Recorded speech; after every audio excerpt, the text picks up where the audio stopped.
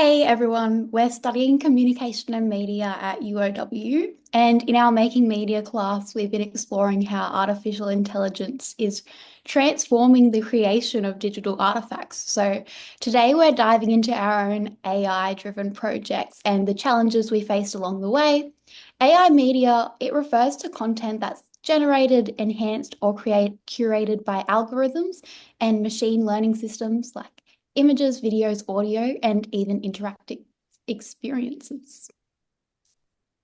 Um, so Eva, I know you've chosen to do an AI chatbot as like a podcast co-host. So why did you choose to do that? I think I really wanted to explore how AI could function, but as a creative partner. Like instead of just a tool, using an AI co-host, it allowed me to experiment with conversational dynamics and see how audiences would respond to a non-human voice as well as a human one. And I feel like podcasting, it's like a traditionally human-driven medium. Like I haven't quite seen like an AI podcast host before, so I thought it might be a bit interesting. And integrating an AI co-host, like it helped me use it as part of the creative process, and it just reflected how AI is becoming so much more embedded in media ecosystems. Mm, yeah. And did you have any like issues or challenges when you were doing that? Like in I that feel format? like Sorry. I no, all good. I feel like the main challenge with using like an AI format is that you still want to make the responses feel like a bit humanized, so it's not boring and like really monotone or anything like that. You still want to make it a bit more natural so it's engaging. And so it helps engage more with the audience you're trying to get to respond. And in my case, it was like kind of to do with books and reading and stuff. So I didn't want it to be like artificial and like just opinions that have been overused. So there's definitely like a bit of a challenge creating the right prompts to get it to respond in like a more human way. Yeah. Yeah. Okay, that makes sense. Uh, How how does that like fit into like AI media? Like how does it actually generate? Like how does AI actually generate like outfits? Yeah, that was kind of what I was struggling with a bit at the beginning because I was like, this is kind of just like felt more like remixed media. mm, But I guess it's using, I don't know, the AI media, it's like classifying it into categories and colors and like working out what works together, which like remix media probably doesn't do. So I guess the point was like if you're when you're traveling, especially if you're going, I don't like depends where you're going, I guess, but you don't want to look like shit and you want to have like the color combos going and stuff like that. Yeah. So I guess that where the AI bit comes in, it's not just like generating random outfits, it's like generating them based on like your style interests, what clothes you have, what colors go together, what shoes then match, like accessories and stuff like that. But all like still like minimalistic packing, I guess. So I think I Mm. had one of the things that I wanted to add in was that you could link it like to a Pinterest board or something that was like your inspo and then it goes off that kind of thing. I actually saw an app like that, like not that like a few years ago. It was a like not an app, but people were like individually taking like photos of their clothes like laid out or like on them or something like that, and Yeah. then like creating like little stickers. And there was this app where you could slide like the little things across like the pants or the bottoms and the shoes and Oh like create yeah. Like an outfit. combinations. I Like a feel like Barbie that could be a doll. cool, yeah, I feel like that could be a cool thing to actually do with the app. Yeah. So, Charlotte, as opposed to your last digital artifact where you're kind of creating short clips, Mm. how is a bit different with the AI and using Sora, and like why did you choose to use that specifically? So I didn't know what Sora was, like probably a few weeks ago even, until I started seeing like on my TikTok all these celebrity videos made on Sora, which is obviously bad. Like these made up videos about celebrities, probably not that nice, but it was how I figured out what Sora was. And obviously previously I was like recording the videos by myself and then going Mhm. to edit them and then figuring out the captions and stuff like that. So with the AI media, I wanted to like me as the human, I have the creative ideas and the prompts to give it, and then AI is going to do all the heavy lifting for me. So yeah, Sora was just easy. Like it was cool to learn how to prompt it and how specific you need to be. I think it's a very useful skill that everyone should probably learn how to actually prompt AI properly. Um, yeah, so rather than it being AI is the creative one, it's like I'm the creative one, but AI is going to do it all for me. So I, yeah, looked at doing like really basic videos. Like the one I've been working on at the moment was having like a loading screen on a computer and the person also waiting. So thinking about like basically like how you as a creative person need time to process and have your ideas as well as a computer. So that was kind of the concept with the video. So I got Sora to create that, and then I also was looking at prompting ChatGPT to get my captions for me. I was also Mhm. trying to utilize on TikTok, they have the text to speech. So I didn't even have to talk in the videos. It was talking for me, doing all the voiceovers. It generated all the hashtags for me, the captions. So yeah, I was just trying to really implement how much can I use AI to like make these creative clips while also having like the creative control. Yeah, no, Yeah. that's really cool. And how did you find like making the prompts for the AI to use in the creative process? Like how far did you go with the prompting, would you say? I can read one, I'm pretty sure. I can read one that I got. I was watching a lot of videos on like YouTube and TikTok on like how to actually get started and prompt it. So prompt number one, and this is just from doing research on YouTube on how to use it. So this is the detailed and cinematic one. So yada yada yada goes on, and then the next one is just a person at a laptop screen showing the bar gradually filling while they're tapping their fingers and having a coffee. So like you can go to extremes, um, Hmm. but you get very very different results Yeah. with the two of those things. Um, so yeah, it was. I think it's definitely like a learning curve, but while I was doing it, I did find it interesting because I feel like when I'm on TikTok and I see clearly AI generated meter, I feel like I become a little bit like it depends what it is. If it's like a funny context, like a parody of something, then I'll listen. But if it's just like a basic video, I feel like I become really uninterested. Mm, So I'll be like interested to see what people have to say about that kind of stuff and like is that content that they would genuinely um digest and want to watch, or is it just like, oh, this is just AI, I'm just going to scroll past.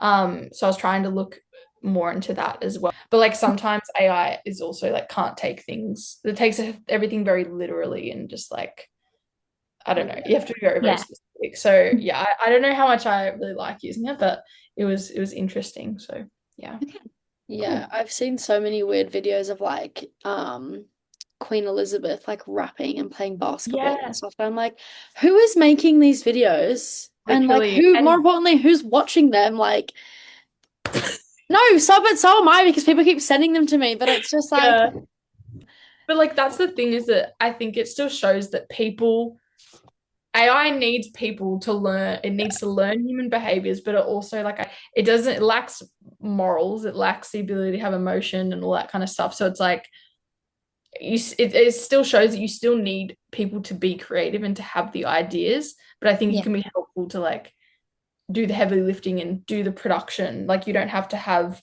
all this money to spend on cameras and editing equipment and all this stuff to make mm, good quality videos. yeah, Mm. for sure. But it is freaky, some of the stuff people are putting out. Yeah. Yeah, it's Did really you weird. prefer the like really detailed prompts or the like less detailed ones that you gave it, like the what it produced? The detailed prompts made a better video for sure. Mhm. Um, on the non-detailed prompt that I showed you, so I got like two videos. The more detailed one was pretty, it was like really good quality, like video. It looked like it had been shot with like a nice camera. Like Mm, the Mhm. other one that wasn't that detailed, it literally like couldn't even write numbers correctly. I feel like it can assume some things for you and make it easy. Like you don't have to describe like necessarily what a person looks like or what a laptop looks like, but for some things you need to be really specific. So yeah. Okay. Yeah. Cool. So Eva, yours like continuing on from the last two ones with your Instagram, like local areas. So how have you connected that to the AI like frame that we're doing? So I tried to connect it by like using AI tools to generate interactive content, like quizzes, and then I did polls based on local places. So like if I went to a local place and then I went to like a cafe or like an art gallery, then I'd post a poll on it, like asking, oh, like, have you been there? Like, what do you think of it? Kind of thing.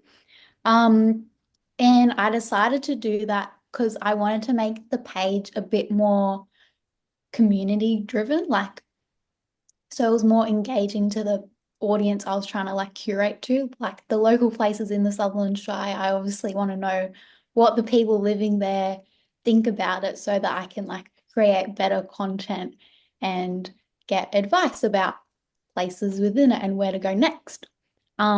So yeah, it created kind of a community participation in the account and it was actually pretty fun showcasing all the local spots. Yeah, that's so cool. How did you use like AI specifically? Like, I know you said you like made quizzes, but how did you like use AI to create? Did you use AI to create quizzes? Yeah, yeah. Yeah. So AI kind of like helped me it like analyze trends a little bit and it helped me like suggest hashtags or captions for the posts I was doing sometimes. Um that would like really resonate with the audience based on other posts I'd previously done and how engagement was with that and like also comments that I'd gotten from people on the account.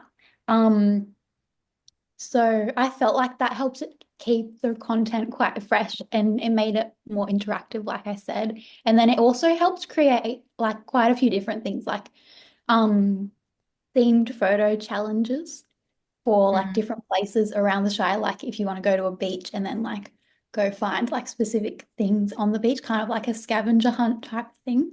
Oh, And it sometimes did like trivia about local landmarks, which I think helped like people learn about them and maybe have a bit more of an appreciation for them. So I really tried to play into that like community engagement Mm. um role, I guess, to encourage people to like share the quizzes and their results from them and what they thought about it. Cool. Yeah. Okay, cool. My next one is like a study helper. I don't know, I just feel like I spend a lot of time flicking through textbooks looking for something specific that I think that I may or may not have read.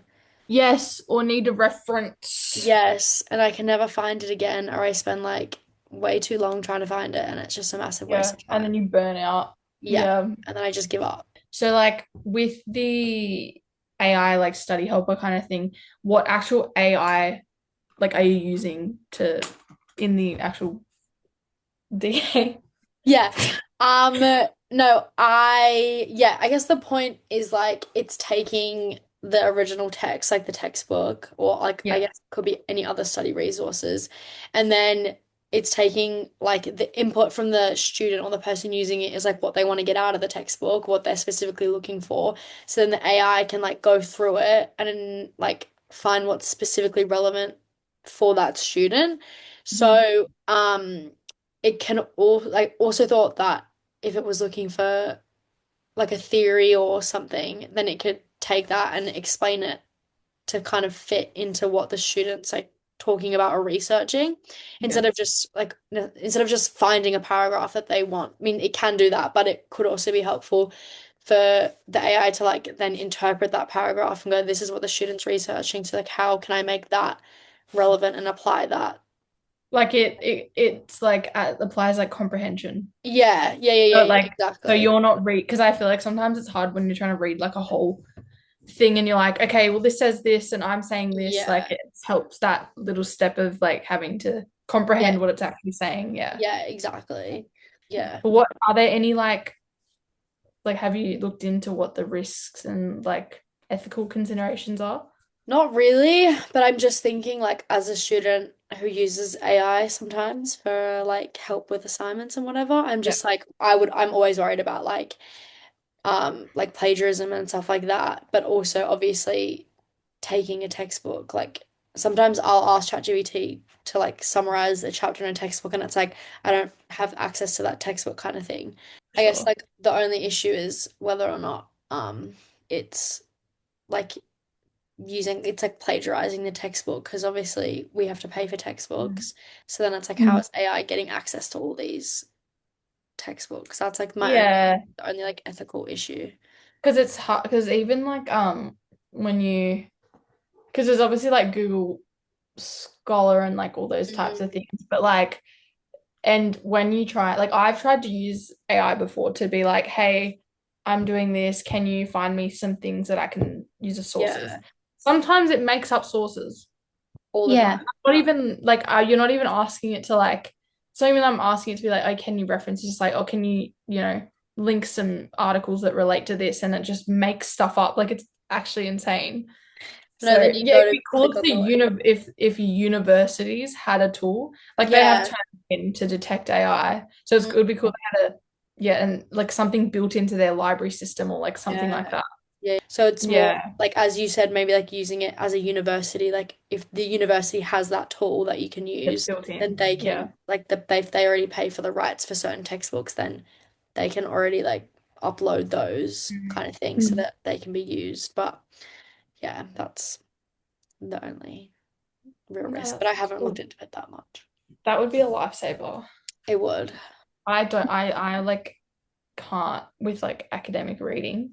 So that would Funny. be great. It would be great. It would be really great. Yeah. UOW, get onto it. We need it. Please. Yeah. But yeah, that's it. That's all. Okay.